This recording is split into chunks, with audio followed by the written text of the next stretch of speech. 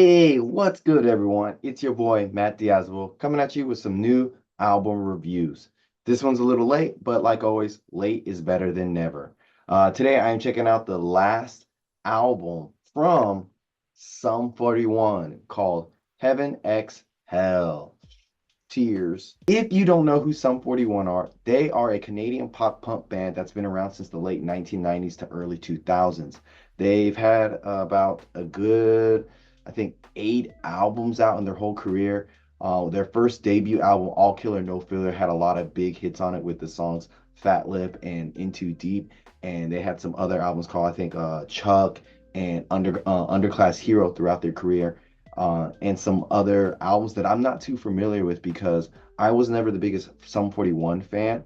I kind of gravitated more towards Blink 182, so I know more of those bands and that style. But with this music channel, I'm trying to dive into stuff that I didn't really pay attention to, slash, just expand my horizon. And this is their final album because they have decided to quit the band or just stop making music. They feel that they have been able to satisfy their need for making music with this band and this style.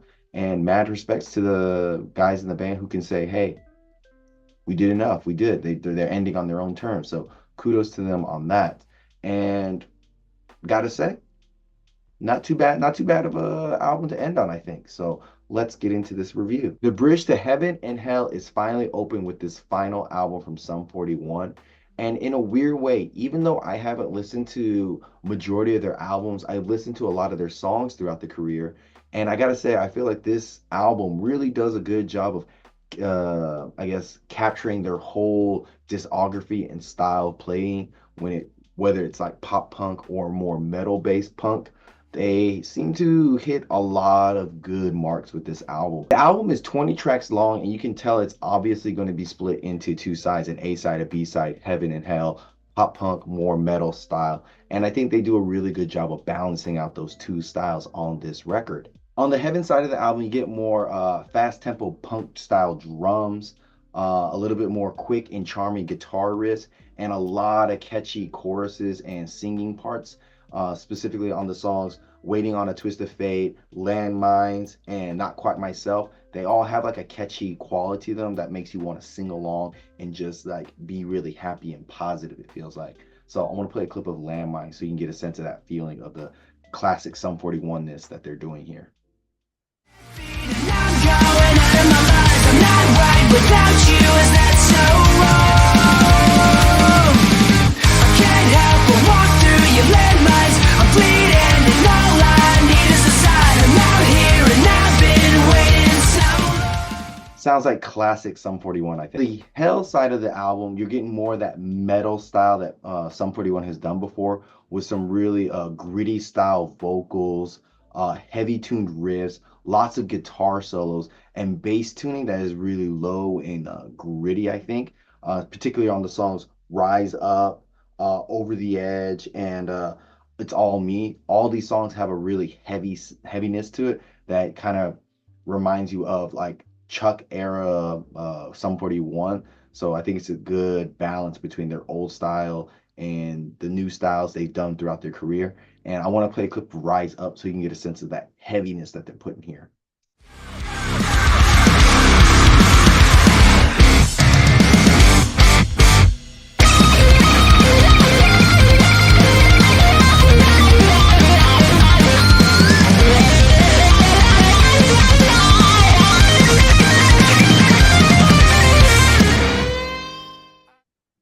Very metal. I think the band is doing a great job of satisfying their own needs while also giving the fans what they want in terms of a final album by giving them some classic songs with some really good rock anthem style songs with some really good positive and encouraging lyrics. So I think that's a great thing to end their career on. They're not trying to do like a big grand send off with this album or try and do some new experimenting with their style. I think it's really good of them to like, yo, we're gonna make a solid album on our terms and give it to the fans and just give them something really good that they can remember the band by. And then they've done a phenomenal job of doing that. Even though I love metal and heavy things, I think the Heaven side of this album has more emotional moments and has more raw feeling to it. than the Hell side, particularly on the song Radio Silence. They're really pouring themselves into these songs, it feels like, on the first half of the album.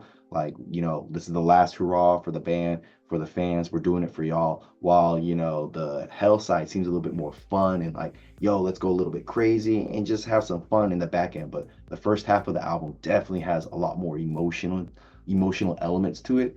I want to play a clip of Radio Silence so you can see and feel that emotion that they're invoking here, I feel. No more secrets left that I can bear.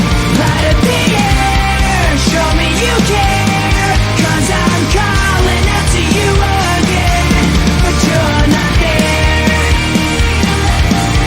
'Cause I'm calling out to you again. You can just feel it in his voice that he's ready to like give it all on this album. I would say that the major hiccups with this album are that a lot of the songs aren't as amazing as I thought they would be for being a final album. They just seem really good or just like barely okay. Like they're hitting the marks where they need to, and it's doing like an okay job with this final album. So a lot of those okay songs, I feel like they're just trying to put out as many songs as they can before they call it quits. So part of me is like, that's okay. This is their last album. They're gonna put out as much material so that the fans can have something to listen to, including their whole discography, something a little bit extra. So I guess that's kind of okay. And one more thing I would say is like on the Hell side of the album, they seem to throw in a guitar solo almost in every song, and it feels like it kind of like just goes in for no reason. They're just throwing them in, and so I think the overuse of guitar solos kind of tarnishes and kind of brings that part of the album down a bit, I think. So, come heaven or hell, I think Sum 41 has done a great thing with their music they've created. They've had a wonderful journey of making music that millions of people around the world have enjoyed and will continue to enjoy because they are such a enduring and nice band that I think their legacy is going to last for a very, very long time. And I got to say, thanks to them for putting in all that hard work over the years, all the touring, all the sweating, all the hard work they've done. They've earned their rest. So with this final album from Sum 41, Heaven and Hell, I think it is a good and solid 8 out of 10. It's a good album to end on, I think. So that being said, links down below. Tell me what you think about this album. Give me some other recommendations. What Sum 41 albums I should check out or shouldn't check out. Throw them out there. Let me hear. And like always, guys, I will see you later and see you in the pit.